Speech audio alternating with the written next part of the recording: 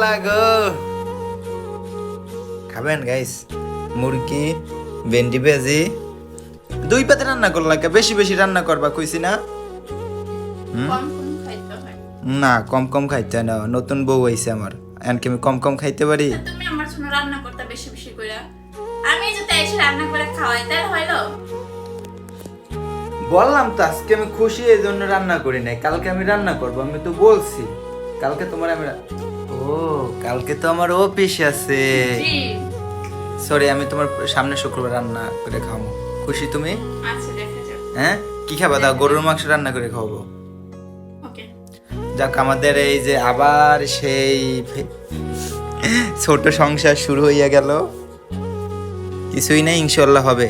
গরিব করে আসলে আবার না, বড় লোক বাসা রাইখা। এটাই আমার স্পেশাল। এটাই তোমার রাজপ্রাসাদ? ঠিক আছে, যার যাও। জানে, যার যার